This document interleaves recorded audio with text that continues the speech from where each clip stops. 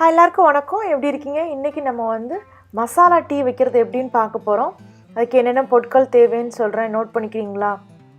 இங்கே நம்ம ஈவினிங் டைமில் இந்த மாதிரி மசாலா டீ வச்சு சாப்பிட்டா ரொம்ப நல்லாயிருக்கும். இங்கே நான் 2 கிராம்பு 2 ஏலக்காய் எடுத்திருக்கேன், சின்ன சைஸ் பட்டை எடுத்திருக்கேன், மிளகு வந்து ஒரு 5லேருந்து 6 மிளகு எடுத்துக்கிறேங்க. அதுக்கப்புறம் நான் இங்கே வெல்லம் தான் சேர்க்க போகிறேன். உங்கள் தேவைக்களவு இனிப்பு சேர்த்துக்கலாம். வெல்லம் இருந்தால் வெல்லம், சர்க்கரை இருந்தால் சர்க்கரை, இல்லைன்னா பனங்கற்கண்டு இருந்தால் அதை கூட சேர்த்துக்குங்க. இஞ்சி வந்து நான் வந்து 1 இன்ச்சுக்கு எடுத்து தொலி உரித்து வச்சுருக்கேன். அதே போல் இங்கே புதினா இலைகள் கொஞ்சம் எடுத்திருக்கேன். அது ஃப்ரெஷ்ஷாக நான் எடுத்து கட் பண்ணி வச்சுருக்கேன். புதினா இலைகள் போட்டால் நல்லா மணமாகவும் இருக்கும். நல்லா அதில் அந்த சாறு இறங்குனா ரொம்ப நல்லாயிருக்கும். புதினா இலைகளை நான் இது மாதிரி எடுத்துகிட்டு முதல்ல நல்லா கழுவிக்கிட்டேன். ஒரு 5லேருந்து 6 இலைகள் இருந்தால் போதும். அதுக்கப்புறம் நான் இங்கே வந்து 1 கப்புக்கு, இந்த கப்பால் 1 கப்புக்கு பால் எடுத்துருக்கேன். சில பேர் டீ வந்து ஃபுல்லாகவே பாலில் போடுவாங்க.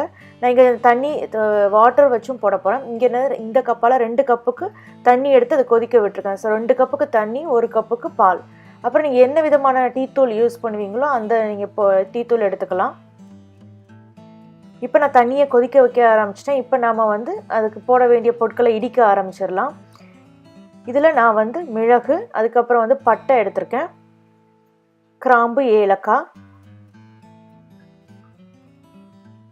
அதுக்கப்புறம் நம்ம இஞ்சி எடுத்து வச்சுருக்கோம் இல்லையா, அந்த இஞ்சியும் ஃப்ரெஷ்ஷான இஞ்சியும் சேர்த்துக்கலாம். நீங்கள் சுக்கு இருந்துச்சுன்னா சுக்கு கூட சேர்த்துக்கலாம், அதுவும் நல்லாயிருக்கும்.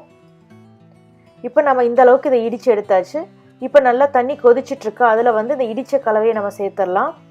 இதுலேயே நம்ம எடுத்து வச்சுருக்க புதினா இலைகளையும் சேர்த்து கொஞ்சம் நல்லா கொதிக்க விடுங்க. அந்த சாரெல்லாம் இறங்குற அளவுக்கு இது நல்லா ஒரு 3 நிமிஷம் நல்லா கொதிக்கணும். இப்போ சாறு இறங்கி ப்ரௌன் ஆகிருக்கு பார்த்தீங்களா?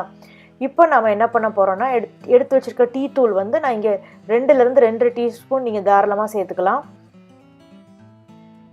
இப்போ டீ தூளில் இருக்க அந்த சாறு எல்லாமே நல்லா இறங்கினதுக்கப்புறம் நம்ம வந்து எடுத்து வச்சுருக்க பாலை நம்ம எல்லாம் சேர்த்துடலாம். பால் சேர்த்து ஒரு நல்லா பொங்கி வரணும். இப்போ பொங்கி வர ஆரம்பிச்சிருச்சு. இப்போ நாம் இதை தனியாக எடுத்து வச்சுட்டு இதை வடிகட்ட ஆரம்பிக்கலாம். வடிகட்டுறதுக்கு எப்போவுமே இந்த வடிகட்டி வந்து இந்த மாதிரி மெட்டலில் இருந்தால் நல்லது. ஏன்னா நீங்கள் ஹாட் லிக்விடை ஊற்றும் போது பிளாஸ்டிக்கில் வச்சுருந்தீங்கன்னா மெல்ட் ஆயிரும். அதனால டீக்குன்னு இந்த மாதிரி ஒன்று தனியாக வாங்கி வச்சுக்கிறோங்க. ஸோ நீங்கள் வீட்டில் நெய் பண்ணும்போதும் வடிகட்டுறதுக்கு யூஸாக இருக்கும். இப்போ இதை வடிகட்டியாச்சு.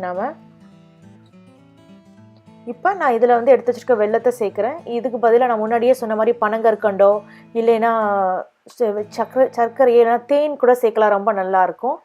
இப்போ நம்ம டீ கிளாஸ் ரெடி ஆயிடுச்சு. இந்த டீ கிளாஸில் நாம் இதில் வந்து ஊற்றுறேன்.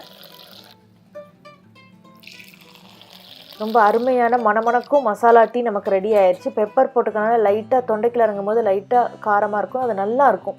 இதை ஈவினிங் டைமில் நீங்கள் ஒரு பிஸ்கட் வச்சு சர்வ் பண்ணிங்கன்னா நல்லாயிருக்கும். ஏற்கனவே டீ டைம் பிஸ்கட் எப்படி பண்ணுறதுன்னு வீடியோ போட்டிருக்க, லிங்க் அட்டாச் பண்ணி விட்ற பார்த்துக்கிறேங்க. நம்ம இன்னொரு வீடியோவில் சந்திக்கலாம். நன்றி, வணக்கம்.